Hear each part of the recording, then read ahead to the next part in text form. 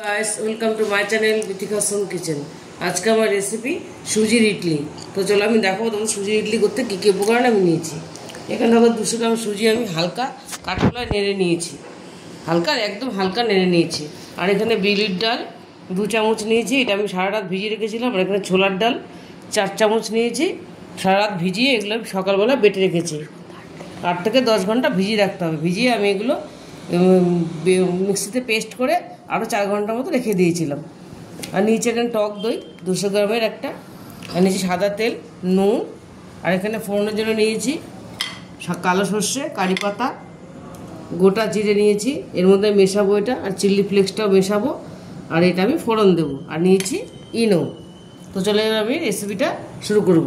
এবারে একে একে সব মিশিয়ে নেবো আমি। সুজিটার মধ্যে ডাল বাটাটা দিয়ে দেবো, ছোলার ডাল বাটাটা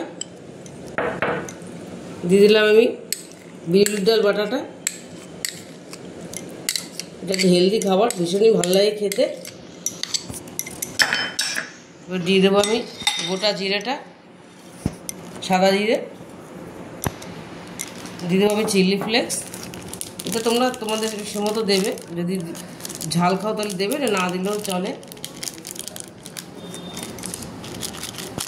দিলে একটু খেতে ভালো লাগে, একটু ঝাল ঝাল লাগে।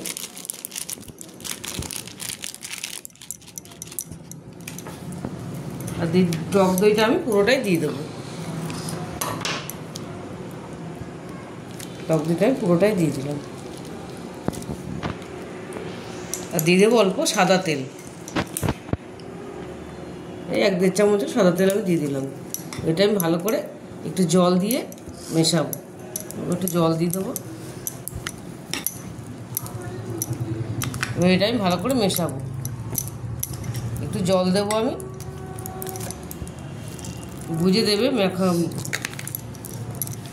এটা বেশি পাতলা হবে না, তাহলে ভালো হবে না, একটুখানি গাঢ় গাঢ়ই হবে। এটা আমি ভালো করে মেখে আমি 10 মিনিট রেখে দেবো, যেহেতু সুজি এটা ফুলবে। তারপরে আমি দেখবো জল লাগবে কিনা। এটা আমি ভালো করে মেখে নেব। আর দেবো পরিমাণ মতো নুন, নুনটা বুঝে দেবে।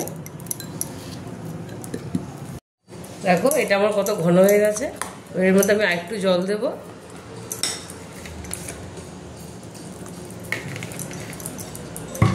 একটুখানি জল দেবো এটার মধ্যে আমি।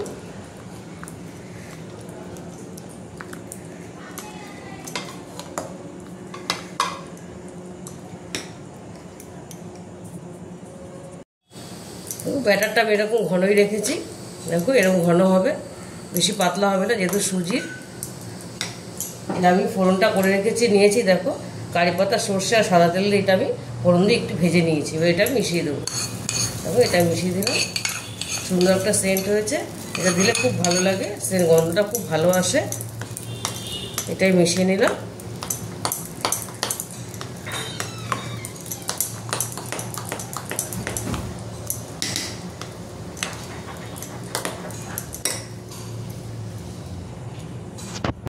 দেখো আমি একটা ইডলি মেকার নিয়ে নিয়েছি, এর মধ্যে আমি তেল মাখিয়ে নেবো, তেল ব্রাশ করে নেবো, তাহলে ভালো উঠে যাবে।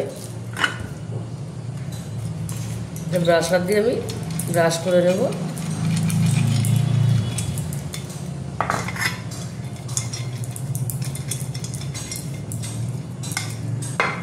তাহলে খুব সহজে এটা উঠে আসবে মোল্ডের থেকে। এবার আমি ইনোটা দেবো। ইনোটা আমি যখনই ইডলিটা বানাবো তখনই দিতে হবে ইনোটা, নাহলে এটা কেটে যাবে। এটা আমি এবার দিয়ে দিলাম, 1 প্যাকেট ইনো দিয়ে দিলাম এর মধ্যে। এটা আমি এবার মেশাবো,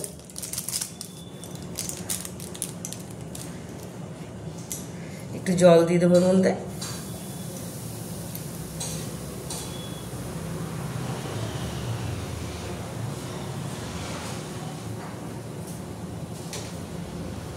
ভালো করে মিশিয়ে নেবো এবার। এটা ইনোটা দিয়ে বেশিক্ষণ রাখা যাবে না, সাথে সাথে এটা বানাতে হবে।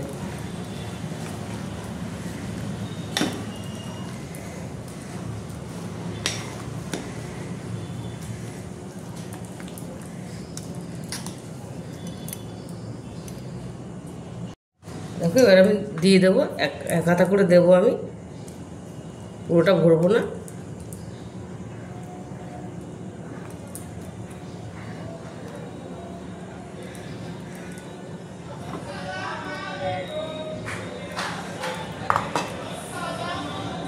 দেখো জলটা বসিয়ে দিয়েছিলাম কড়াইতে, জলটা ফুটে গেছে দেখো।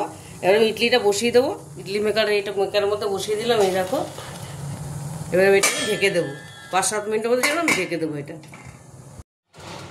দেখো ইডলিটা আমার রেডি হয়ে গেছে, 5 থেকে 7 মিনিটের মধ্যে এটা আমার রেডি হয়ে গেছে। এটা এবার আমি নামিয়ে নেব, নামিয়ে আমি কিছুক্ষণ ঠান্ডা করে নেবো, তাহলে ভালো ইডলিটা উঠে যাবে। আমি তুলে নেবো এবার সুন্দর করে, দেখো কিন্তু ঠান্ডা করে নিয়েছি, দেখো সুন্দর উঠে যাচ্ছে। এই দেখো কি সুন্দর হয়েছে, দেখো একদম স্পঞ্জি হয়েছে, একদম স্পঞ্জি, দারুণ হয়েছে। দেখো একদম ইজিলি উঠে যাবে, একটু ঠান্ডা করে নেবে তোমরা, একদম ইজিলি উঠে যাবে। দেখো এখন গরম গরম তুললে ওটা নিচ থেকে একটুখানি হয়ে যাবে। দেখো দারুণ হয়েছে। এরপর আমি সবকটা তুলে নেব। দেখো সবকটাই সুজি ইডলি আমার রেডি হয়ে গেছে। দেখো আমি প্লেটিং করে নিয়েছি। তোমরা এটা বাড়িতে অবশ্যই বানাবে, তুমি সকালে টিফিন বা বিকেলের টিফিনে ভীষণই ভালো লাগে খেতে। আর যদি রেসিপিটা তোমাদের ভালো লেগে থাকে তাহলে আমাকে লাইক, শেয়ার আর সাবস্ক্রাইব করতে ভুলবে না। টাটা।